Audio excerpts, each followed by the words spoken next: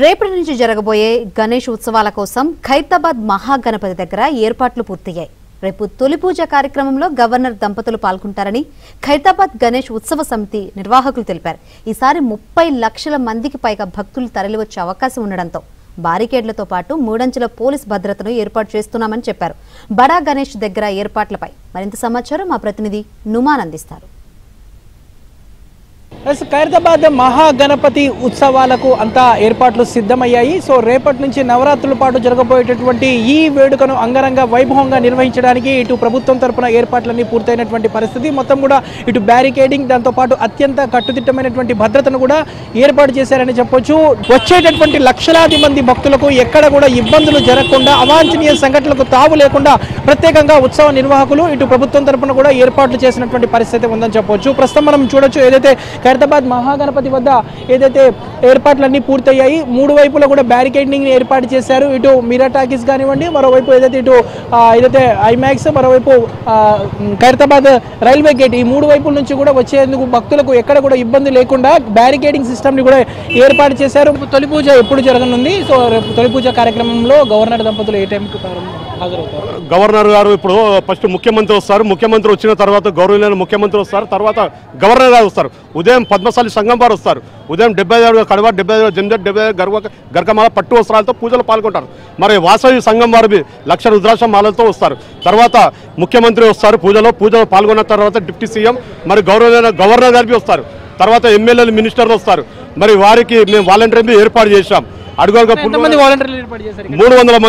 వాలంటీర్లు ఏర్పాటు చేశాం. పులిగోర కానీ, ప్రసాదం కానీ, వాటర్ కానీ అన్ని విధాలుగా జాగ్రత్తలు తీసుకున్నాం. 4 దిక్కులు బారిగేట్లు ఏర్పాటు చేశాం. దానం నాగేందర్ గారు ఉన్నారు, వారితో మాట్లాడదాము. చెప్పండి సార్, రేపటి కార్యక్రమం ఎలా ఉండబోతున్నాయి? రేపటి తొలి పూజ ఎన్నింటికి ప్రారంభం కాబట్టి వచ్చేటువంటి విఐపీలకు ప్రధానంగా మొదటి పూజగా గవర్నర్ గారు సాంప్రదాయబద్ధంగా వస్తున్నారు. కాబట్టి మా తెలంగాణ గవర్నర్ గారు రేపొద్దున 10 గంటల నుంచి 10:30 లోపల వస్తా అని చెప్పారు. అదేవిధంగా ముఖ్యమంత్రి గారు ప్రోగ్రాం కూడా మాకు ఈరోజు రాత్రికి తెలుస్తుంది. ముఖ్యమంత్రి గారు బహుశా వస్తే ఎల్లుండి రావచ్చు, లేదా రేపు సాయంత్రం అని రావచ్చు. అది కూడా మేము కమ్యూనికేట్ చేస్తాం మీడియాకి. ప్రధానంగా ఉత్సవ కమిటీ ద్వారా మా చైర్మన్ గారు రాజ్ కుమార్ గారు కానీ, లేకుంటే మా ఉత్సవ కమిటీ సభ్యులందరం కూడా మరి వచ్చేటువంటి భక్తులకు ఎలాంటి అసౌకర్యం కలగకుండా డిపార్ట్మెంట్ పరంగా ఇప్పటికే ముఖ్యమంత్రి గారు ఆదేశాలు ఇవ్వడం జరిగింది. పోలీస్ సిబ్బందికి కూడా పోలీసు కూడా చాలా ఎలాబొరేట్గా బందోబస్తు చేస్తున్నారు.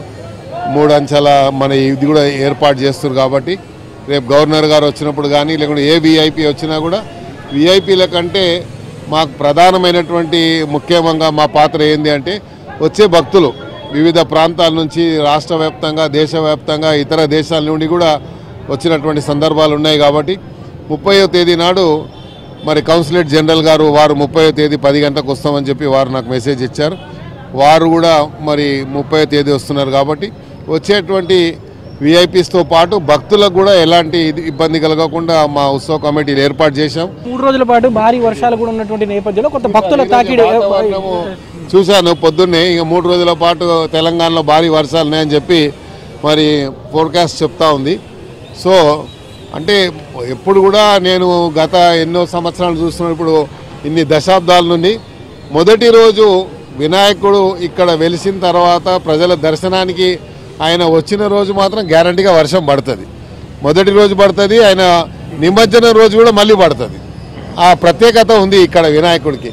కాబట్టి వర్షాలు వచ్చిన తర్వాత కూడా భక్తులని ఎలా కాపాడుకో ఆ విఘ్నేశ్వరుడు తెలుసు. కాబట్టి ఆ విఘ్నేశ్వరుడి దయ వల్ల అన్నీ సాఫీగా జరుగుతాయని మేము అసలు భారీ వర్షాలు కూడా ఉన్నటువంటి నేపథ్యంలో సో అన్ని రకాల జాగ్రత్త చర్యలు తీసుకునే విధంగా ఇటు ఖైరతాబాద్ మహాగణపతి వద్ద ఏర్పాట్లు చేస్తున్నట్లు కూడా ఏదైతే ఖైరతాబాద్ గణేష్ ఉత్సవ చైర్మన్ దానం నాగేందర్ కూడా చెప్తున్నటువంటి పరిస్థితి ఉందని చెప్పొచ్చు. వీడియో జర్నలిస్ట్ శ్యామ్తో నుమాన్ ఏబిన్, ఆంధ్రజ్యోతి, ఖైరతాబాద్ నుంచి.